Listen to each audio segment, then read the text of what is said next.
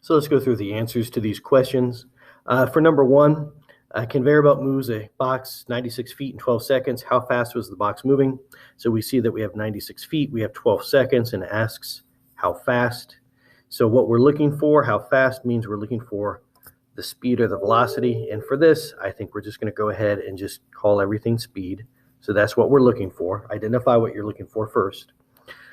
And then you can't just write 96 feet and 12 seconds. You do have to identify what those measure.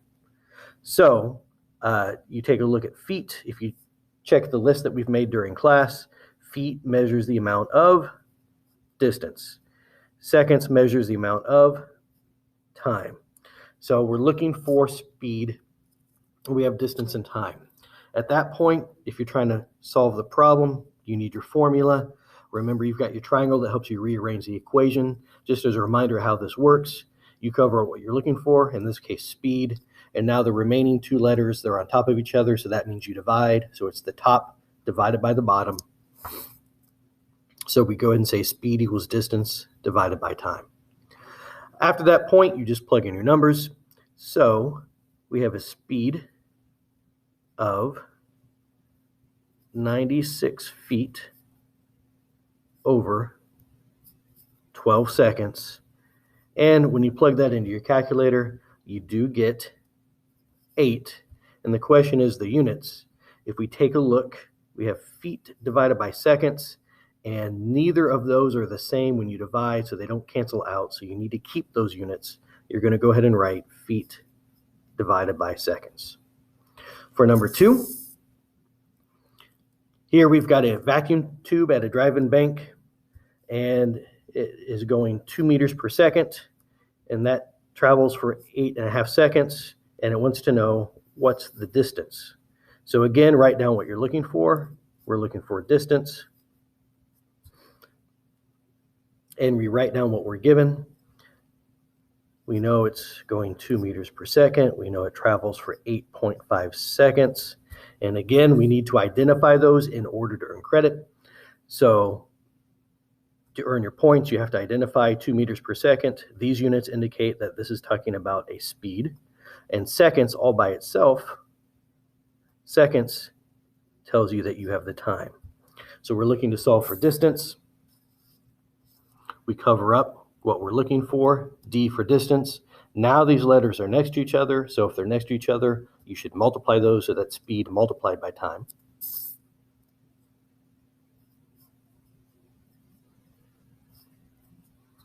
And again, once you have that, then it's a simple matter of just plugging the numbers in, getting your answer, and making sure you have the right units. So when we go through this, this is a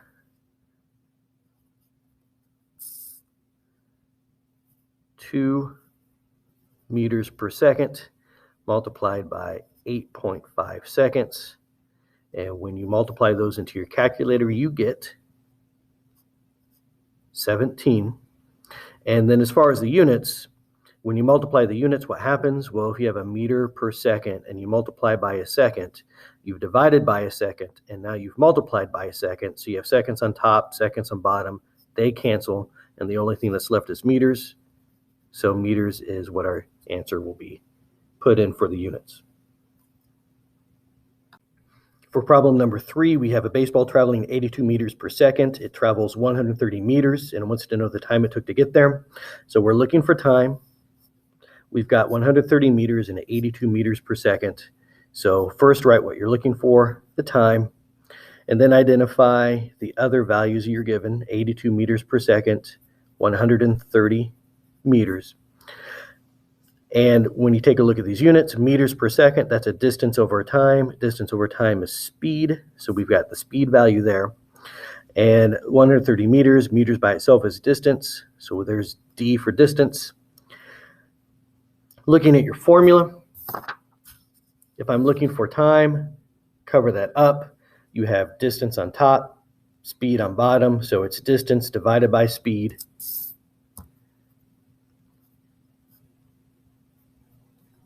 And that will give you the time. Now just go ahead and plug in your numbers. The time was 130 meters of distance divided by a speed of 82 meters per second. And when you do the math, let's go ahead and show that on the calculator here.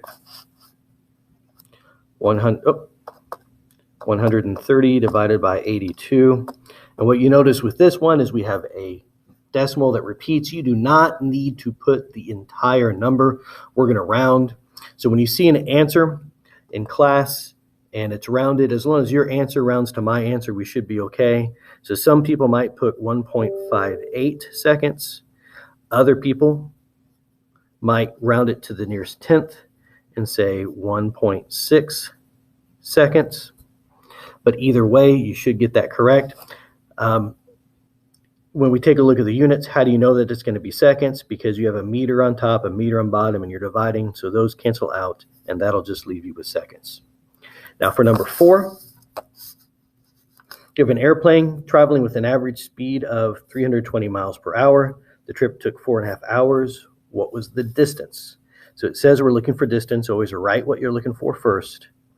And then we have 320 miles per hour and 4.5 hours. So miles per hour, that's a distance over time. The combination of distance over time tells you that that is speed. Hours is obviously time. So we're looking for distance. Again, with your triangle, cover up what you're looking for. Speed and time are left. They're next to each other, so you multiply. So distance equals speed multiplied by time. So we get a distance of 320 miles per hour times 4.5 hour. And when you multiply those out, you get, let's double check here, 320 times 4.5. That gives you 1,440. So 1,440. And then as far as the units go, you have miles per hour and you multiply by hours. So you multiply by an hour and you divide by an hour. So those two cancel and you're just left with miles. Last one, we have a marathon runner racing 20 kilometers, travel that far in 2.5 hours. And we want to know what the average speed is. So speed is what we're looking for. 20 kilometers, 2.5 hours. And kilometers, according to our list that we took during class, that measures a distance. Hours is a time. So if you're looking for speed, cover up speed. It is a distance divided by a time.